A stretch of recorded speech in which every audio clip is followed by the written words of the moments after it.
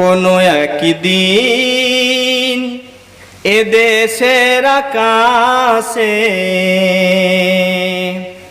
কলেমার পতাকা দুলবে,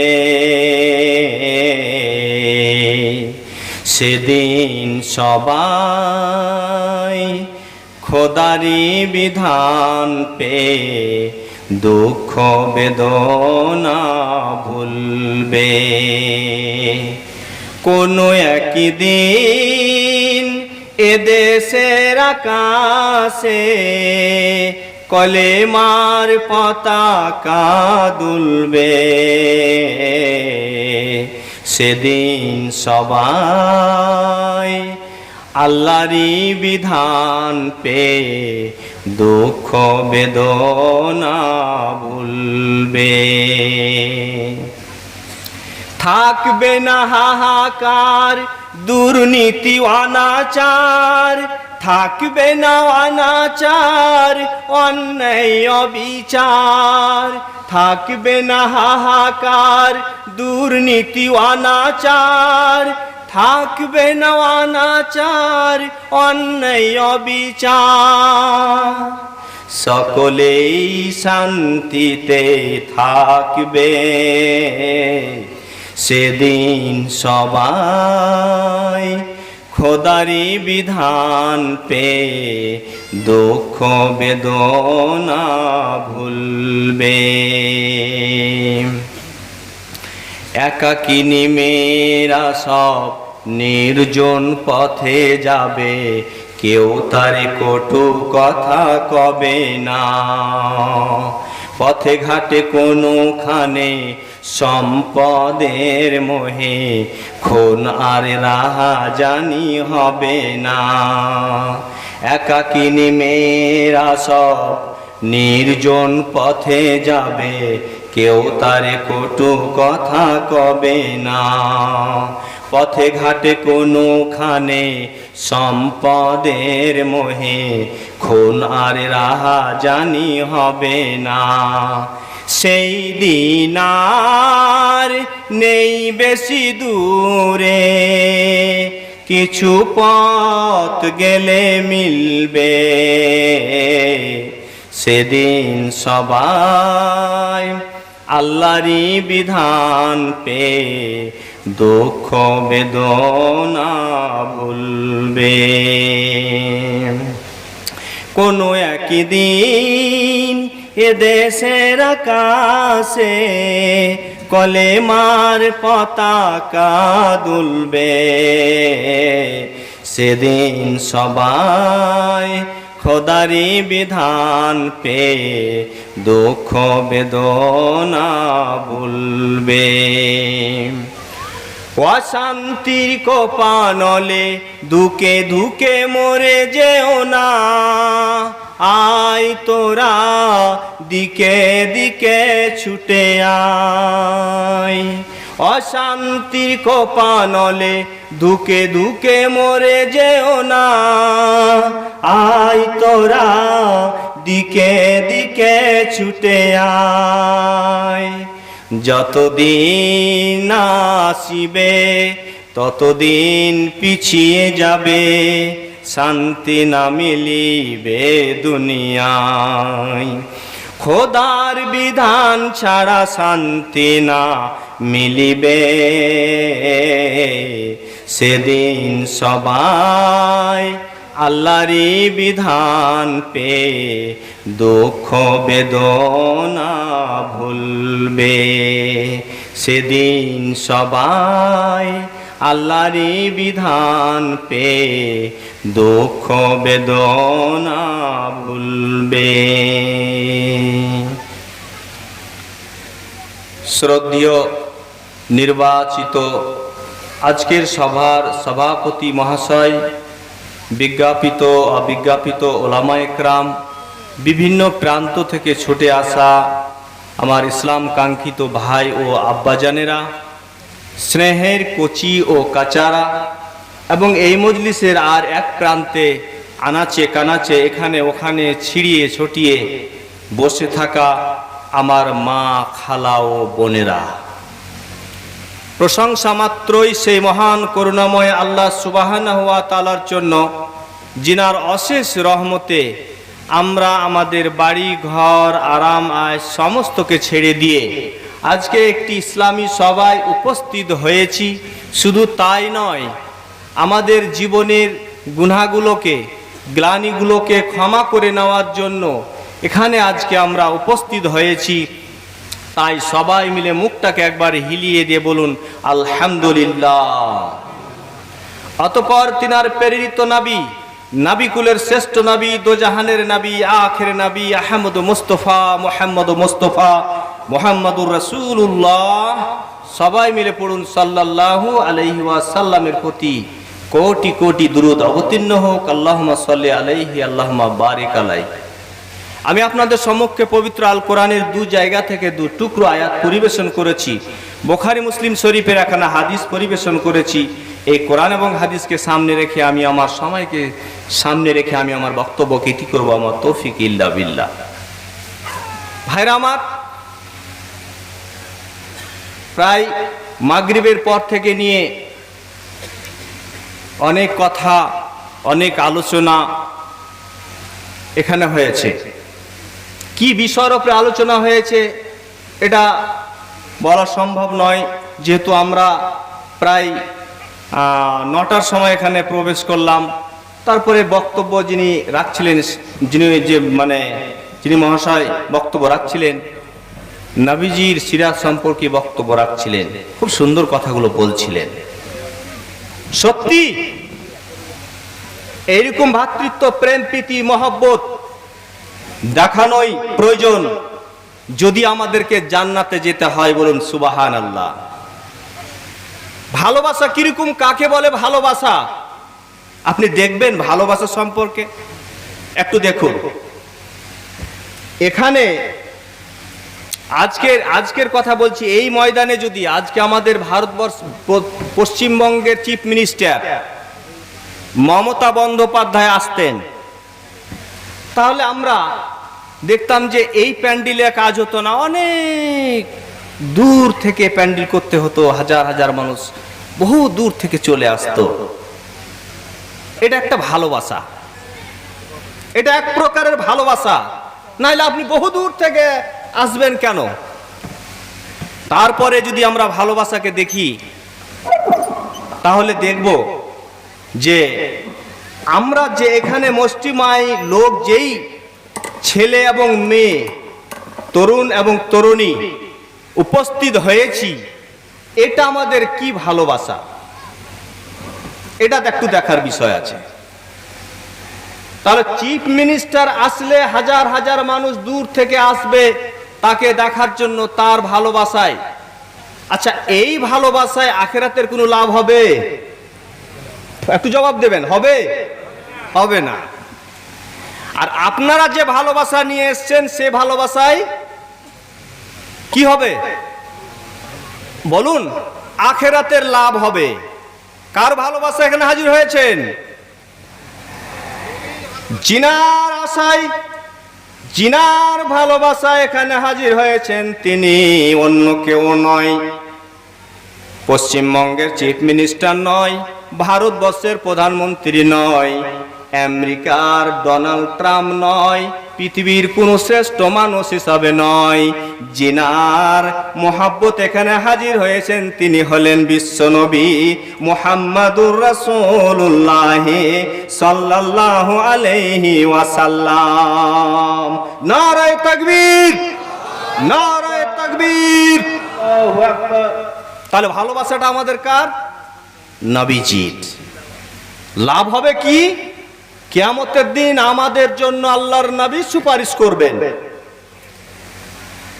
তো ভাইরা আমার, আমি যে আয়াতটা পরিবেশন করেছি, এই আয়াতে আল্লাহ কি বলতে চাইছেন, মানে সময় খুব সংকীর্ণ, অতি অল্প সময়, যার কারণে যখন সময়টা অল্প হয়ে যায় তখন যিনি কথা বলেন তিনি চিন্তা করেন কি কথা বলবো, কোনটা ছাড়বো, কি বলবো, এই একটা তার মনের মধ্যে একটা নুচুপুচি করে। শেষখানে সে হয়তো ভালো কথাটা তিনি ক্লিয়ার ভাবে বলতে পারেন না, ওকে ছেড়ে দিয়ে চলে যেতে হয়। তো আল্লাহ সুবহানাহু ওয়া তাআলা এই পবিত্র আল কোরআনে যে আমি যে আয়াতটা পরিবেশন করেছি এই আয়াতে কি বলতে চাইছেন একটু শুনুন। বিসমিল্লাহির রহমানির রহিম।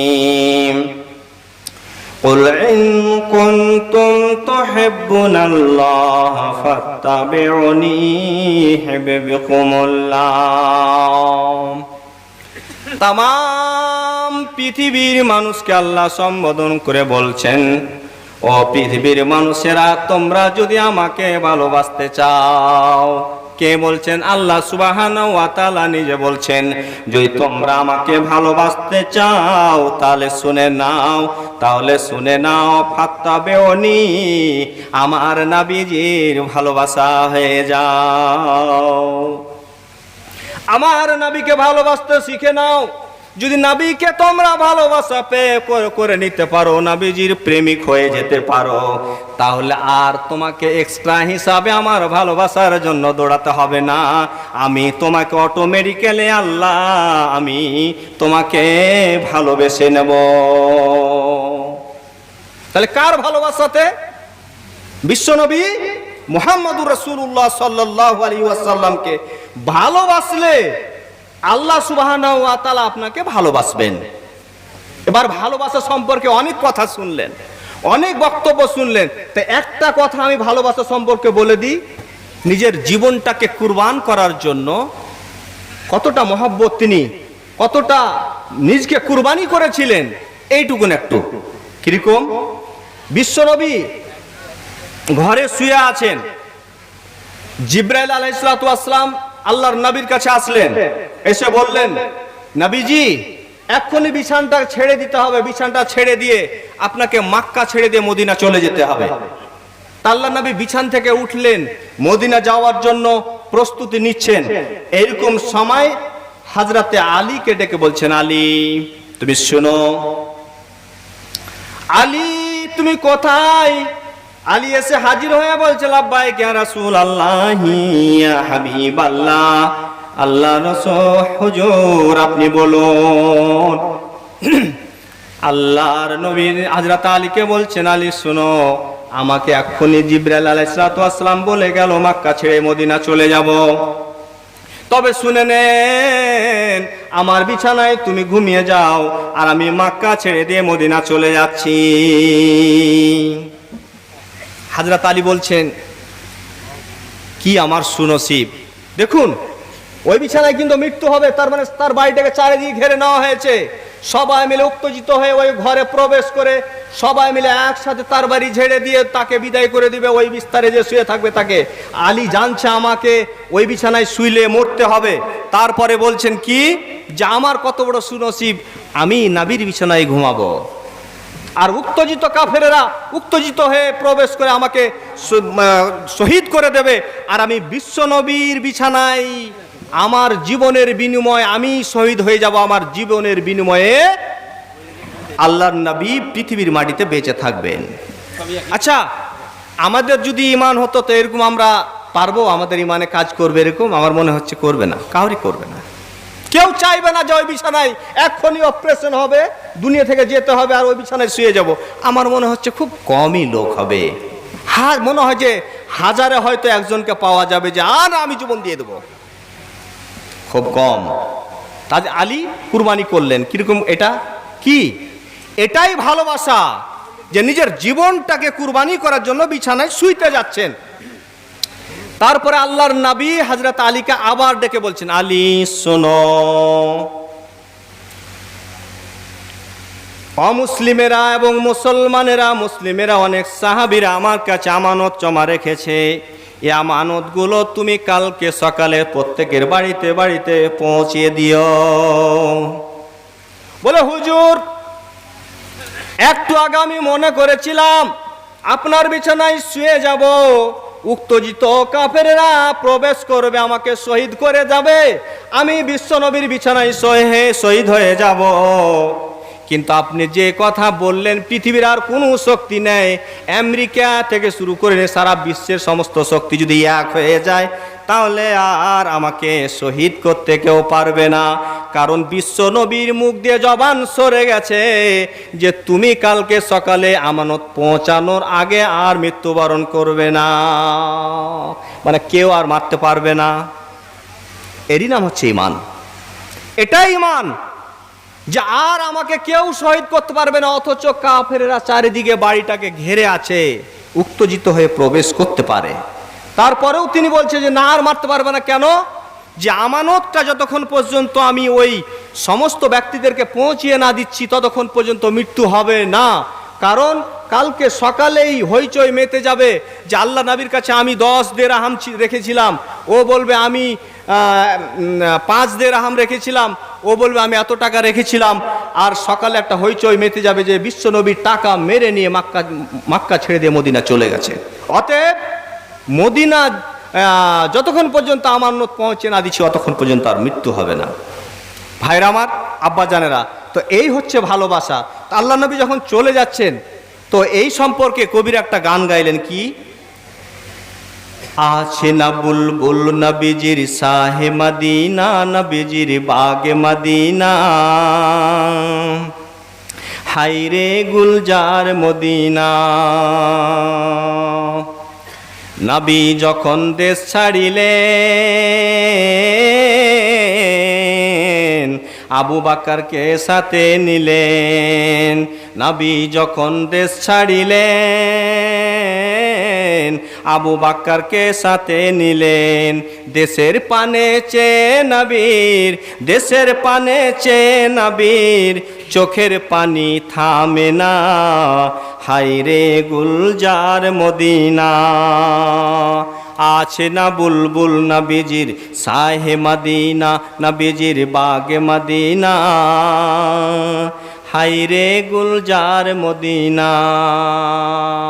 যেদিন নবী মক্কা ছেড়ে দিয়ে মদিনার দিকে পাড়ি দিচ্ছেন সেই দিন মক্কার দিকে ঘুরে ঘুরে তাকাচ্ছেন আর বলছেন, হায় মক্কা, আমি তো তেমন কাউরি ক্ষতি করি নাই, কেন মক্কাবাসীরা আমাকে মক্কা ছেড়ে দিয়ে তাড়িয়ে দিল?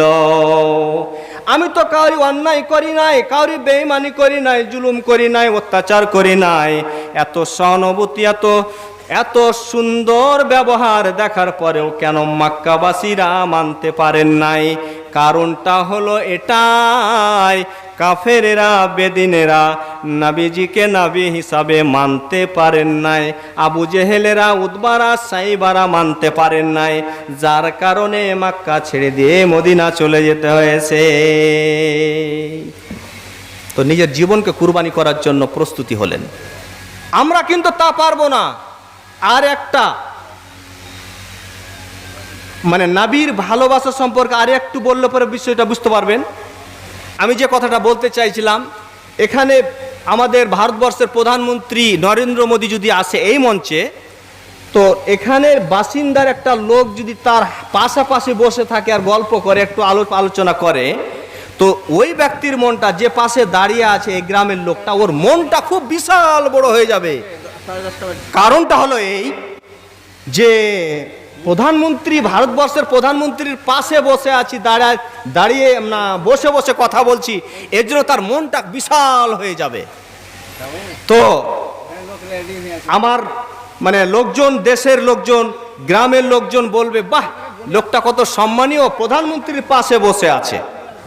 কিন্তু বিষয়টা, আল্লাহর নবীর একদিন সাহাবীরা একটা জায়গা থেকে আরেকটা জায়গা চলে যাচ্ছেন, তো আল্লাহর নবীর হাত ধরে হযরতে ওমর রাদিয়াল্লাহু তাআলা আনহু আল্লাহর নবীর হাত ধরে চলে যাচ্ছেন, বুখারী শরীফের হাদিস, হাত ধরে যাচ্ছেন।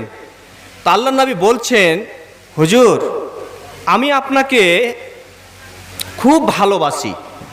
কত ভালোবাসি যে আমার বিবি, সন্তান, ছেলে মেয়ে, বন্ধু বান্ধব এবং সমস্ত ব্যক্তি থেকে আপনাকে আমি ভালোবাসি, তবে আমার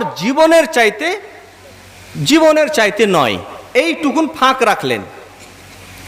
ভাইরা আমার, আব্বা জানেরা, এই কথা যখন হযরতে ওমর বললেন আল্লাহর নবীকে, আল্লাহর নবী হুজুর গো, আমি সবারই চাইতে ভালোবাসি, কিন্তু আমার জীবনের চাইতে নয়। বিশ্বনবী বললেন হযরতে উমরকে, ও উমর, তুমি এখনো পূর্ণ মুমিন হতে পারো নাই। বিষয়টা কি? বিষয়টা তো সেরকম কিছু নয়। জীবনের চাইতে শুধু ফাঁক রেখে দিয়ে বিবি বাচ্চা সন্তান সন্ততি থেকে নিয়ে যতগুলো বন্ধু বান্ধব ছিল সবার চাইতে আপনাকে ভালোবাসি, নিজের জীবন চাইতে নয়।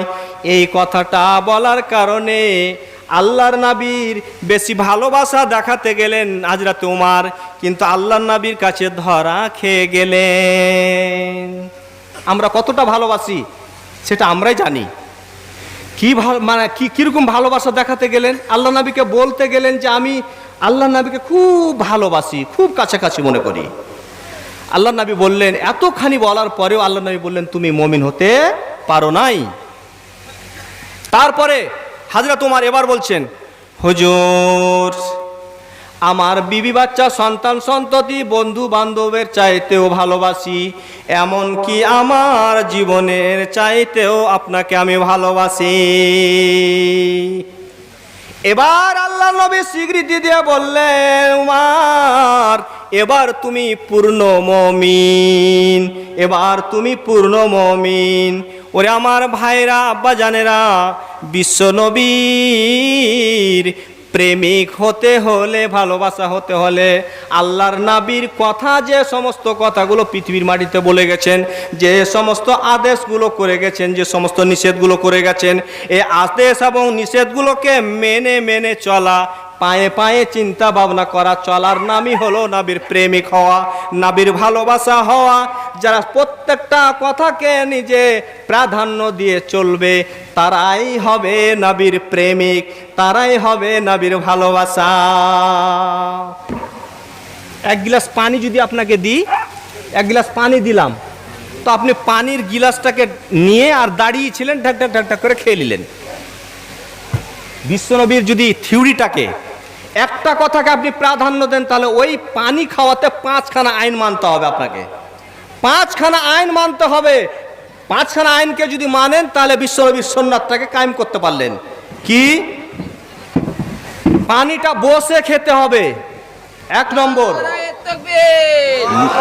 নারায়ে তাকবীর, নারায়ে তাকবীর। তো ভাইরা আমার, আমি আর কথা না বাড়িয়ে, আমার সময়ও শেষ হয়ে গেছে, আমি কথা এখান থেকে শেষ করে দিচ্ছি। তবে এই কথাটা আমি বলতে চাইবো যে নবীর প্রত্যেকটা কথাকে যদি আমরা আমাদের জীবনে বাস্তবায়িত করতে পারি, মেনে চলতে পারি, পালন করতে পারি, তাহলে আমরা নবীর প্রেমিক ভালোবাসা হতে পারবো। আল্লাহ যেন আমাদের এই নবীর ভালোবাসা প্রেমিক হয়ে এবং আল্লাহর ভালোবাসা হয়ে আতিউল্লাহ ওয়া আতিউর রাসূল, আল্লাহর আনুগত্য, নবীজির আনুগত্য করে যেন আমরা জীবনের এই দুনিয়ার মাটি থেকে যেতে পারি। আল্লাহ আমাদের তৌফিক দান করে, বলুন আল্লাহুম্মা আমিন। আমাদের বাপ মা, কাউরি ছেলে সন্তান, কাউরি মেয়ে দুনিয়ার মাটি থেকে বিদায় হয়ে চলে গেছে, আজ কবরে আমাদের দিকে তাকিয়ে আছে। আমরা তাদের জন্য দোয়া খায়ের করব, আমরা তাদের জন্য বেশি বেশি করে দোয়া করব, নামাজের পরে দোয়া করব, যে কোনো সময়ে যখনই প্রয়োজন মনে করব কবরস্থানে গিয়ে দোয়া করব। তাহলে আমাদের তারা ওই সমস্ত মাইয়াতেরা এই কবরের আযাব থেকে এবং কবরের শান্তিতে থাকবে। এই আশা, এই আকাঙ্ক্ষা রেখে আর একটা কথা বলে দিই, আমরা এখানে যতগুলো লোক বসে আছি সবাই যেন 5 ওয়াক্ত সালাত কায়েম করতে পারে। আল্লাহ যেন আমাদের তৌফিক দান করে, বলুন আল্লাহুম্মা আমিন। যদি সালাত ছেড়ে দেন তাহলে সমস্ত আমল বাতিল হয়ে যাবে। যতই ভালো কাজ করে যান, কোনো আমল কাজে আসবে না। সালাত যদি না থাকে তাহলে সমস্ত আমল বাতিল হয়ে যাবে। অতএব সালাত ছাড়বেন না, নামাজ ছাড়বেন না, নামাজ কায়েম করবেন, সমস্ত আমল কাজে পাবেন। পরিশেষে আল্লাহ আমাদের জন্য একখানা জায়গা তৈরি করেছেন, সেই জায়গাটার নাম হলো জান্নাত। আমরা যেন জান্নাত হাসিল করতে পারি, আল্লাহ তৌফিক দান করে, বলুন আল্লাহুম্মা আমিন। এই আশায়, আকাঙ্ক্ষা রেখে আমি আমার বক্তব্য শেষ করলাম।